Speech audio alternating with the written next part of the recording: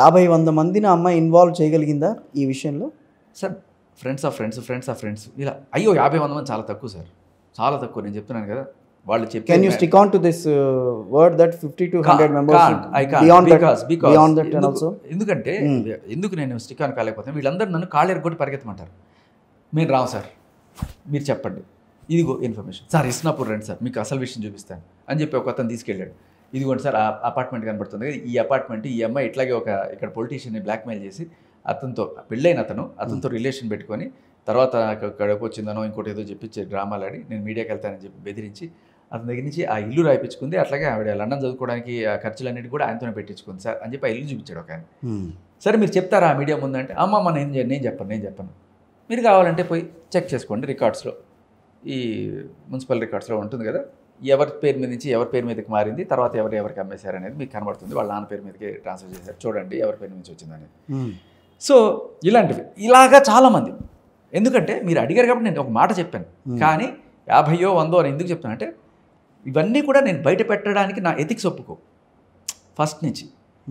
ఏవైతే ఇప్పుడు మీరు ఎథిక్స్ ఇన్ ద సెన్స్ ఈ అమ్మాయి వేరే వాళ్ళతో మాట్లాడింది అనుకోండి, వాళ్ళ కాన్వర్జేషన్ ఉంది, ఓకే, కానీ ఆ అబ్బాయి వాయిస్ వస్తే రేపు ఆ అబ్బాయి భయపడుతున్నాడు ఏమన్నా అవుతుందో అని చెప్పి ఈ అమ్మాయి దగ్గర ఉన్న వీడియోస్ ఏవో పెట్టి బ్లాక్మెయిల్ చేస్తుంటాడు. నేనేం పోస్ట్ చేశాను, ఓన్లీ మస్తాన్ సాయి ఈవిడ ఉన్న మాటలు మాత్రమే నేను తీసుకొచ్చాను, ఎందుకంటే దానివల్ల ఎవరికి హాని లేదు అండ్ వాళ్ళ క్లియర్గా ఉన్న ఇది బయటపడుతుంది. లిటరలీ ఆవిడ రాజ్ తరుణ్ గురించి ఎంత దారుణంగా బిహేవ్ చేస్తుంది, ఇవన్నీ కూడా ఈవిడే మళ్ళీ వేరే వాళ్ళు ఇద్దరు మాట్లాడుకునే కాన్వర్సేషన్ కాదు, ఈవిడ వేరే వాళ్ళతో మాట్లాడిన కాల్ రికార్డింగ్స్ కూడా మనకి అందుబాటులో ఉన్నాయి. But they don't want to come on air. కానీ నేను ఇలాంటివి నేను చెప్తున్నప్పుడు ఆవిడ టెన్షన్ పడిపోతుంటుంది, అమ్మో ఎవడు వాడా వీడా అని చెప్పి వాళ్ళకి ఫోన్ చేసి వీళ్ళకి ఫోన్ చేసి వాళ్ళని బెదిరించి ఫైనల్గా వాళ్ళే వచ్చేటి ఆవిడే చేసుకుంటుంది. ఓకే, కానీ ఇంత విన్న తర్వాత నేను ఒకటి చెప్తాను, you are slowly diverting the issue of Raj Tarun and Lavanya ఇష్యూని లావణ్య మీదకి మీరు తోసేసేసి లావణ్య నుంచి లావణ్య ఏదో ఒక పెద్ద బూచి చూపించే ప్రయత్నం అయితే జరుగుతోందని అనిపిస్తోంది. మీ కాజ్ ఏంటి అసలు? యాక్చువల్గా రాజ్ తరుణ్ అనేది ఇన్వాల్వ్ అవుతున్నాడు నిజమే, రాజ్ తరుణ్ విషయంలో ఇతనికి అన్యాయం జరిగిందనో లేకపోతే అతను ఏదో అన్యాయం చేశాడనో మీరు చూపిద్దామని అనుకున్నారు. బట్ ఇష్యూ కొంచెంగా డైవర్ట్ అయ్యి గత 10 రోజులుగా డైవర్ట్ అయ్యి అది మీకు లావణ్యకి లావణ్యని ఎక్స్పోజ్ చేసే ప్రయత్నం జరుగుతోంది. ఆ అమ్మాయి మాత్రమే ఎక్స్పోజ్ చేస్తున్నారు. ఆ అమ్మాయి చేసుకుంటుంది సార్, నేను కాదు. ఆ అమ్మాయి వాళ్ళని వీళ్ళని గెలికి వాళ్ళందరూ అప్పుడు అడిగేవాళ్ళు కదా, మీరెందుకు ఇనిషియేషన్ తీసుకుంటున్నారు అనేది ఇక్కడ పాయింట్ చెప్తా. ఈ ఇద్దరు ఎవరైతే ఉన్నారో నేను లేకుండా కూడా మీడియాకి వచ్చేవాళ్ళు, ఓకే, కానీ ఎవరు పట్టించుకుంటారు సార్?